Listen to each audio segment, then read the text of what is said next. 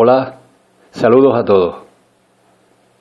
Bucear en la historia más antigua, en los inicios de esta civilización, es tarea compleja debido al tiempo transcurrido, durante el cual resulta lógica la pérdida de evidencias contrastables y debido además a la presencia siniestra y a la vez interesada de la mano del poder de turno, que manipula todo aquello que no convenga a la versión oficial que nos han vendido de la historia. Por ello, esta parte de la historia la dejamos aparcada por el momento. Alejandro Magno, que se creía descendiente de algún dios, ordenó a sus escribas dejar plasmada la cronología del mundo hasta entonces. Se supone que la gran biblioteca de Alejandría guardaba esa memoria del mundo hasta entonces conocido, y por ello a ciertos intereses del poder le convino arrasarla para sumirnos en la oscuridad como síntoma principal de la pérdida de memoria que padece el mundo desde entonces, y que muchas voces afirman que se guarda bajo los cimientos vaticanos. Después de la caída de Roma, imperio donde todo se databa en los anales, el conocimiento y los hechos históricos quedaron reservados a unos pocos, sobre todo a un reducido grupo de familias que junto al clero católico institucionalizaron el cristianismo en tiempos de Constantino en un intento por unificar su vasto imperio con falsas creencias como recambio a sus ineficaces políticas que no lograban aunar tantas creencias dentro de aquellos enormes territorios. Tal es así que el emperador Constantino construyó una religión a la medida de sus intereses y con eruditos como Eusebio de Cesarea y Lactancio, se les considera junto a San Jerónimo como los autores de las bases de la cronología. Y es en este punto donde entramos en materia, porque de las crónicas de Eusebio y de Jerónimo solo se conocen fragmentos. Pero antes de entrar en materia, y por referirnos a aquellos tiempos, hay que mencionar el que supuso uno de los mayores fraudes de la historia, como fue la donación de Constantino. Fraude reconocido siglos después por la propia Iglesia Católica, y que les invito a ver con más profundidad en el vídeo al que les remito arriba en la pantalla. Un trabajo reciente elaborado por los historiadores alemanes Heribert Illig y Hans Ulrich concluye diciendo que del siglo VIII al XI, en que no hay prácticamente historia, los sucesos que aporta la oficialidad entre aquel año 700 y el 1000 son mentiras.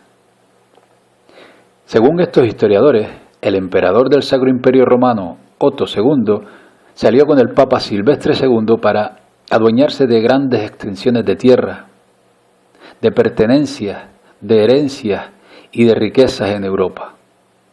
Para ello, diseñaron un árbol genealógico de descendientes reales para vincularse así a derechos dinásticos. Además de intereses lucrativos y de poder, hubo otro motivo para inventarse 3 siglos de historia. Y es que la vanidad de Silvestre II le empujaba a ser el Papa del año 1000, un cambio de milenio en que existía la creencia generalizada de que sería el año del fin de los tiempos y del regreso del Mesías. De repente y de manera casual aparecen moratorias de 300 años en grandes proyectos, muchas falsificaciones documentales, como la donación antes expuesta, y se frenó todo, el arte, la historia. Aparecen todo tipo de reliquias sagradas en aquel margen de tiempo. Todo esto dentro, y hay que entenderlo, del analfabetismo generalizado de la población. Pero este desajuste tal vez pueda tener una explicación, puesto que al cambiarse el calendario del calendario juliano al gregoriano en 1582, en dicho ajuste hubo cierta pérdida interesada de muchas fechas y de muchos días, pero bueno, esto es otra historia. Volviendo al tema de la dudosa veracidad de la historia oficial, Sirva como ejemplo que en el siglo XIV, Nikifor Calisto solo pudo repetir los textos dejados por Eusebio, cuando este presbítero intentó escribir la historia de los primeros 3 siglos después de Cristo.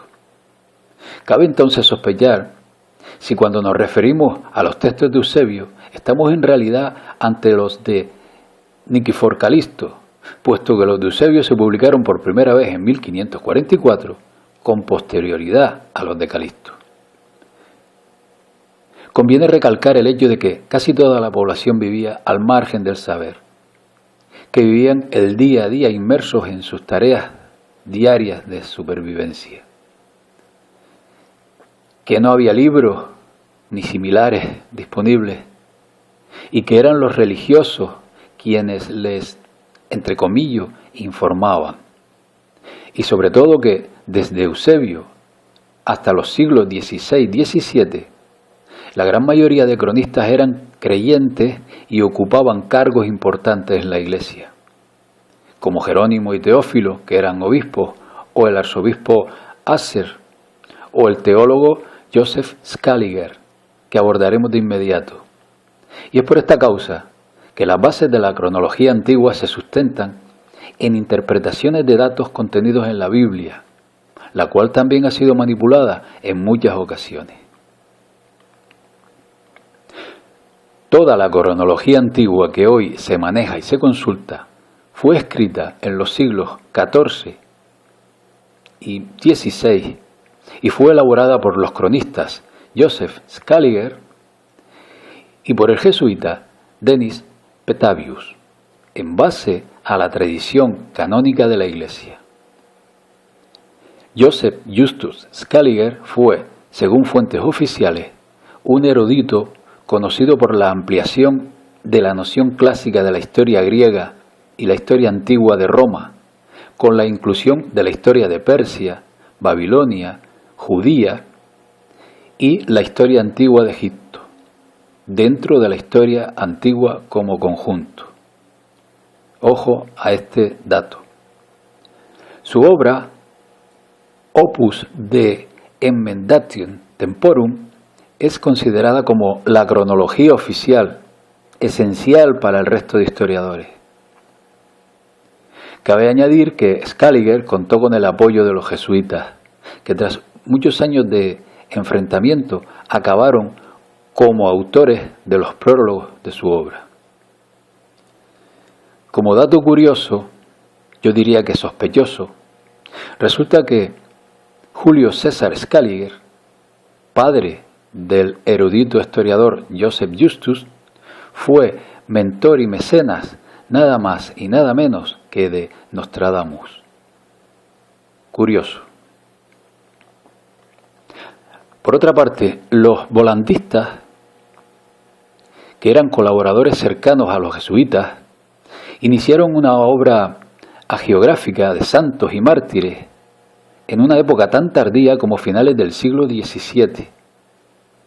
Nos dicen que su método está basado en el análisis de fuentes antiguas existentes, pero estas supuestas fuentes nunca fueron conocidas. En definitiva, centenares de monjes encerrados durante siglos, por cuyas manos pasaban la escasa historia hasta entonces escrita, se dedicaron a borrar aquí, rectificar allá o inventar más allá cualquier texto. Así, con estos mimbres apropiados, un referente histórico que se tiene por incuestionable puede ser el resultado de un dato textual que indica que en la carta que escribió fulanito a menganito o en la obra de tal o cual personaje aparece una cita, la cual pudo haber sido colocada, incrustada, por los mismos que después construyen el referente histórico, que de esta manera tan simple y a la vez reprobable y denunciable, hacen que cambie el rumbo de la historia. A raíz de la invención de la imprenta y coincidiendo con la ruptura de la nobleza negra veneciana con las familias papales que gobernaban el Vaticano, fueron varios los científicos y filósofos y demás que han cuestionado la fiabilidad de la cronología oficial escrita por los autores antes mencionados. Sirvan como ejemplos destacados de Arcilla, de la Universidad de Salamanca, en el siglo XVI. En sus dos obras publicadas demostraba que toda la historia antigua fue escrita en la Edad Media. Garduin, jesuita que consideraba que toda la literatura clásica fue el fruto de inspiración de los escritores del siglo XVI. Isaac Newton consideraba que la cronología de Scaliger era errónea, que toda la historia del Antiguo Egipto se resume en poco más de 3 siglos y que los textos sagrados han estado corrompidos por la Iglesia Católica. Esta afirmación la hizo en 1690, antes de ser nombrado presidente de la Royal Society, después de anunciar la ley de la gravedad en 1687.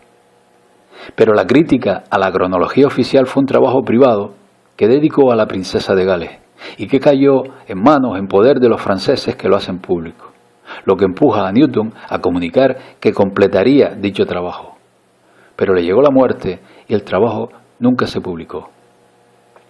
También han sido críticos con la cronología oficial Jean Hardouin en 1646-1629, Petr Nikiforovich.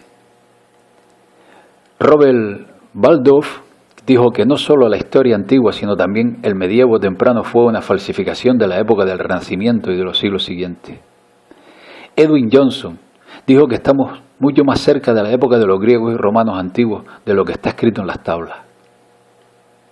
Nikolai Morozov utilizó métodos astronómicos para corregir fechas de las predicciones bíblicas y entre los años 1924 y 1932 publica su inmenso trabajo en 7 tomos, llegando a la conclusión de que la historia está dictada de manera artificial.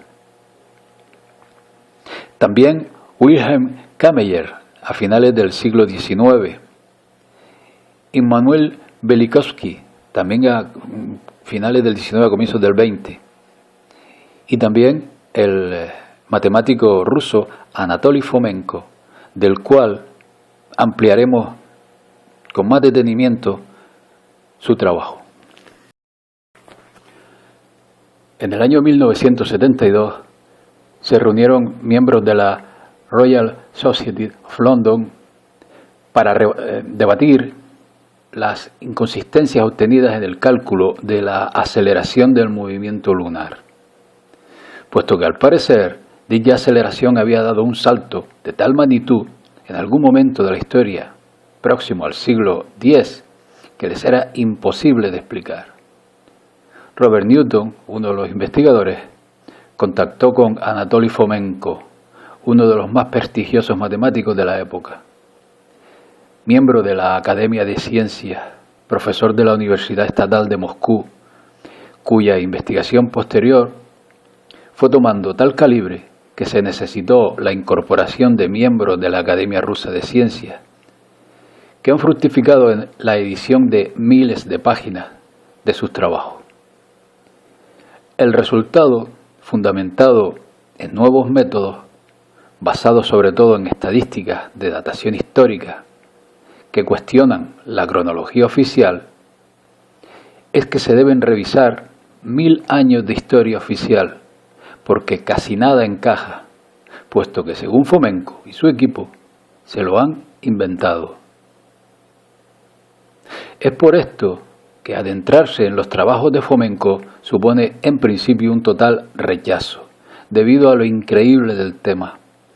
Pero conforme se avanza, vamos aceptando ciertas conclusiones bien documentadas y dejando aparcadas otras mucho más inverosímiles, que estando también respaldadas por datos, siguen siendo difíciles de asumir. Algunas de las conclusiones del inmenso trabajo de Fomenko y su grupo son las siguientes. 1. La mayoría de los textos antiguos son originales, pero su interpretación es errónea. El cambio de la cronología cambia su significado e interpretación. 2. Algunos errores fueron no intencionados. Ejemplo, traslado de la vida de Cristo del siglo XI al siglo I. Traslación por 1053 años aproximadamente. 3. Parte de la historia fue distorsionada y falsificada de manera intencionada.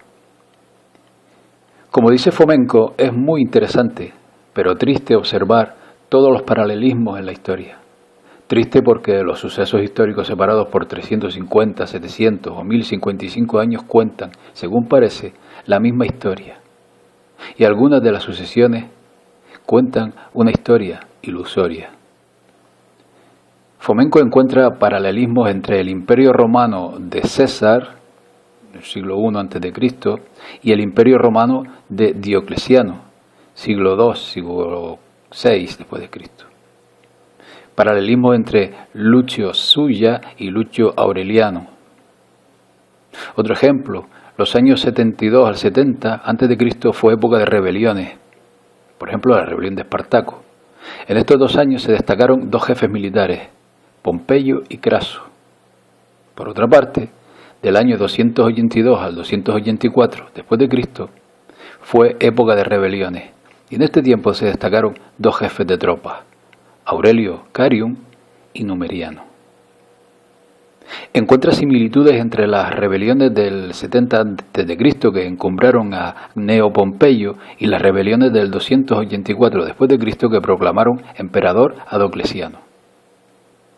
Es curioso anotar que cuántos personajes históricos están relacionados. Por ejemplo, Julio César. Julio César, imperio de César, igual a César Julio Constancio. Primero, Cloro, pelirrojo, del imperio Diocleciano, igual rey bíblico Salomón, igual a Otan III, pelirrojo. Sacro Imperio Romano, igual Ioran de Judea, más Jasia, Josia o Etalia, o Focia, Judea, igual Carlos IV, imperio de los Habsburgo. Fomenko demuestra el paralelismo entre los 7 reyes de la Roma real y las 7 épocas del imperio de Diocleciano. Más adelante, Fomenko y su grupo presentan el paralelismo estadístico entre la Judea bíblica y el imperio romano oriental 306-700 después de Cristo. El paralelismo estadístico entre el imperio romano germánico, siglo X, siglo XIII después de Cristo, según la coronación romana, y el reino de Israel bíblico. Paralelismo estadístico entre el imperio romano germánico y el reino de Judea. Paralelismo de las hojas de vida de los reyes de la Roma real, según Tito Livio, y el imperio de Diocleciano. Paralelismo entre la antigua guerra tarquínica en Roma, siglo IV a.C., y la guerra gótica medieval en Roma, siglo VI después de Cristo. Otro paralelismo entre la guerra de Troya, siglo XIII a.C., y la guerra gótica, siglo VI después de Cristo, donde en particular Pompeyo parece ser igual a Justiniano, Julio César igual Belisario, Sulla, y Cicerón igual Narcés igual Belisario. Paralelismo entre la historia romana, del 1 al 6 después de Cristo, y el Santo Imperio Romano Germánico, del siglo X al siglo XIII, Imperio Hohenstaufen, 962-1254, digamos que hay una traslación por 1053 años aproximadamente. Paralelismo entre el Imperio Romano Germánico y el Imperio de Diocleciano. Paralelismo entre el Imperio Romano Germánico y el Imperio de los Habsburgo. Como conclusión a estos paralelismos presentados en la ciencia, que es historia oficial, con respecto a la historia romana, los autores anotan lo siguiente. Según la historia romana oficial, escrita por Scalin y demás, la Roma italiana fue fundada por Rómulo, cerca del 753 a.C. Después, cerca de 333 después de Cristo, el emperador Constantino fundó Nueva Roma en Bósforo, Constantinopla, igual Estambul. Según los nuevos resultados, la fundación real de Roma italiana fue en el siglo XIV después de Cristo, cerca del año 1380. Podemos ver en esta parte un paralelismo sorprendente entre la famosa guerra de Troya, siglo XIII a.C., la guerra gótica, siglo VI después de Cristo, las famosas guerras de las épocas de las cruzadas, siglo XI al XIII después de Cristo. En otras palabras, la guerra de Troya y la guerra gótica son, según parece, reflejos fantasmales de las guerras reales en la época de las cruzadas. La guerra de Troya fue un hecho real, pero no del siglo XIII a.C., sino de los siglos XI al XIII después de Cristo. La leyenda homérica de la guerra de Troya es un mito compuesto que describe la guerra de las cruzadas. La hipótesis de Fomenko es la siguiente: la caída de Troya es la caída de la nueva Roma, igual Constantinopla, igual Jerusalén, como consecuencia de una guerra de las cruzadas. El mito de Troya está compuesto por diferentes episodios importantes de varias cruzadas. Y de esta manera, Fomenko y su equipo siguen profundizando en todos y cada uno de los datos históricos, y sería interminable exponerlo. Y mejor, para entenderlo, mejor exponer sus conclusiones, y para visualizar cómo pudieron manipular a su antojo cualquier texto antiguo, o bien directamente inventárselo, veamos esta correlación de datos fruto del gran trabajo del arquitecto y geógrafo catalán Andreu Marful, dividido en varios puntos. 1. Se crea un Almagesto a lo largo de los siglos XII y XVII y se manipula en los siglos XVII y XVIII para datar un falso pasado basado en eclipses documentados, entre comillas. Digamos que un Almagesto es una enciclopedia de datación astronómica. Tal como descubre la nueva cronología de Fomenko, el primer Almagesto publicado en el siglo XVI ya habría incorporado la dilatación cronológica, es decir, no sería el original. Se habría situado en tiempos de la antigua Grecia, aunque las dataciones astronómicas habrían comenzado, en realidad, en el siglo XIII después de Cristo, no antes. Hasta los siglos XVI y XVII no se comprende el universo. El geocentrismo y el heliocentrismo aparecen entonces con Copérnico, Galileo, Tycho Brahe, Kepler. Para llegar a esta concepción sería necesario antes desarrollar instrumentos para el control del tiempo. En un inicio aparecen las campanas rudimentarias, siglo XIII después de Cristo, y no es hasta el siglo XVI que aparecen los relojes portátiles. Gracias a estos mecanismos se puede calcular con precisión la rotación de los astros. Esta información permite, por un lado, comprender las leyes del cosmos y, por el otro, orientar la navegación por los grandes océanos. Gracias a ello se crearía una escuela de cartografía y los mapas celestes del norte y del sur necesarios para navegar. Por lo tanto, se desarrolla el lenguaje figurativo, los símbolos, la escritura, el control del tiempo y la comprensión del mundo, entre los siglos X y XVI. Esta reflexión es fundamental para comprender la base científica de la nueva cronología de Fomenko. En este instante histórico aparece la ciencia y la capacidad de predecir los eclipses. Cuando esto sucede, se manipula el tiempo histórico, se calculan eclipses antiguos y se escribe un pasado legendario lleno de referencias astronómicas con el fin de dar consistencia a estos relatos. Punto 2. Se interviene el Almagesto y se expolian las bibliotecas y el patrimonio arqueológico de Tierra Santa, Oriente, que se traslada a Europa occidental en diversas fases, como ven en pantalla. La primera, destrucción, expolio y manipulación de las pruebas físicas y documentales. Aquí pueden ver la correlación. La segunda, los estudios generales de Europa occidental se crean en los siglos XV al XVII. Aparecen junto con el Arca de la Alianza, 1486. Ven aquí la correlación de fecha. Tercero, el Almagesto se traslada a Italia y después se manipula. Aquí lo ven. Cuarto, la biblioteca de Constantinopla se traslada a Italia para manipularla. Entre otros lugares, a la gran biblioteca de la República de Venecia. 5. Se crea la biblioteca de los Médici con las obras helénicas y después se envía a París. Vean aquí la fecha. 6. La biblioteca colombina o januesa es intervenida con motivo del Tratado de Viena, el año 1725. 7. Los duques de Alba son familia imperial Comneno, que ocupan Toledo y crean la escuela de traductores de textos alejandrinos. Y aquí tienen los datos de cómo se fue manejando el tema. 8. La Biblioteca de Viena se nutre de las relaciones diplomáticas entre austriacos y otomanos. Vean aquí algunos datos. 9. La Santa Inquisición, la Compañía de Jesús o jesuitas y Joseph Scaliger reescriben la historia. Vean aquí infinidad de datos. 10. La Biblioteca de Alejandría se envía a Joseph Scaliger a París. 11. Los archivos y las bibliotecas imperiales de Europa se crean en el siglo XVIII. Vean aquí una amplia correlación de fechas, nombres, datos de cómo se fueron manejando todos estos archivos con el fin de construir una historia a la medida del poder. Pueden parar el vídeo e ir consultando cada uno de estos pasos.